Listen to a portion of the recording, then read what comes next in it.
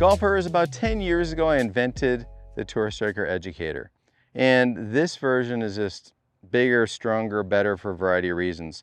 So the clamp is on the grip, and when it's on lightly, you can spin it around. In this condition, this is kind of a drill that it happened by accident.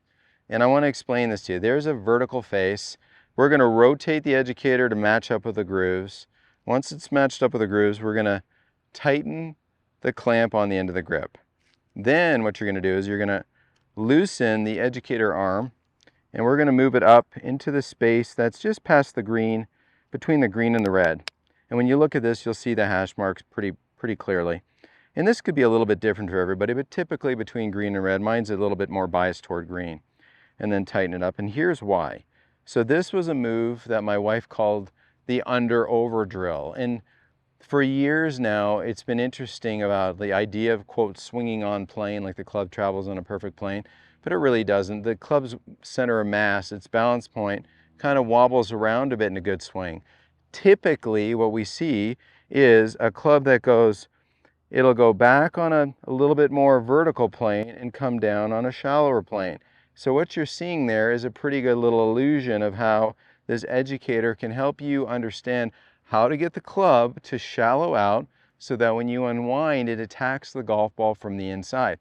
See, I think a lot of people don't understand swinging from the inside. They stand here, they hit a few slices, next thing you know, they try to swing inside out, and they do this elaborate motion out to right field. The problem is the ball's over there, and they're taking practice swings that would be touching back here. So that's not what makes a club travel inside out nicely. What makes it travel inside out is understanding its mass, where most of the weight is down by the club head, and how that works relative to the hands. So for most of the golfers, what you're going to realize, if you try to take the club and move it inside quickly, you get easily reminded from this educator arm that you're moving it inside too soon, too fast. What we want to see with most swings is a club that starts to turn with the chest, start to hinge, the chest is turned, the hips are turned. Now you see freedom of the educator arm underneath my lead forearm. Then I get to let the club's mass go behind me.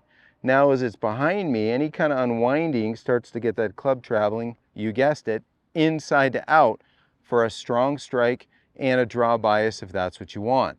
So you can put the ball on a tee. You don't have to hit these hard to get started. I just want you understanding this little magic move, how a club starts to hinge vertically and it goes sort of behind the golfer. Now you're like, Martin, if it's over there, how do I get it back to the ball? Easy, add a little bit of pivot. So there's a shape I talk about with my students. I call it, I want you to use your imagination and see the D shape. This is a letter D. Watch how the club head starts at the bottom, goes vertically up, starts to make the belly of the D back to the bottom. Notice how I can't get all the way to the bottom? The bottom was over here in front of me. I'll do it again. Starting immediately in front of me, vertically up, the belly of the D, oh, and I run into the educator. My club head's over there, I started there. Well, how do I get back to the ball? With a little bit of pivot. So I want you to understand this three-dimensional motion of the hands, how it works with the body. Do it really slow to get started, and I know you're gonna do great. So put a ball on a tee. I've got an 8-iron. I'm just gonna bump these balls down there 100 yards or so. So we're gonna make this shape. Rotation, and this is something where I can actually feel this sense of hinging. I'm taking my right hand off the grip to feel most of the hand, the index finger's on there, to feel this push-pull event that can let the club go behind me, and then I can unwind to hit a little draw. So let's hit a little shot. I have a clear picture of my intent.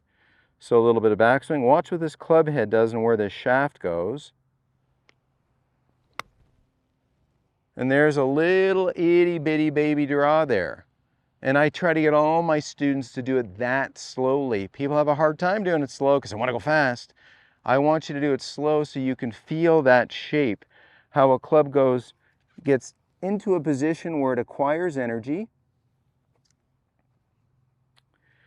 We grip it.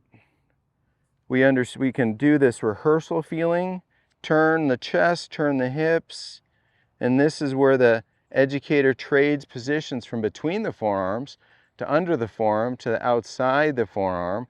That's shaft lean. Here's a pivot that delivers shaft lean, and then into some kind of follow through. So wonderful drill to start to understand how the center of mass and the weight of the club moves during a golf swing. Let's do one more of these, maybe a little bit more speed. Watch the shaft get more vertical, go behind me and hit a little shot.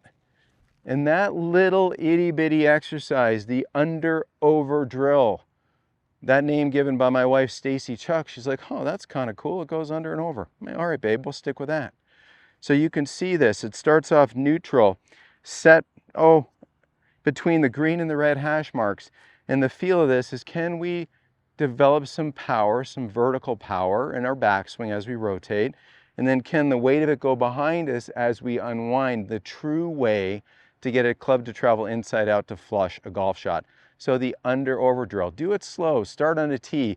When you get better at it, ramp up the speed a little bit. You are going to do great.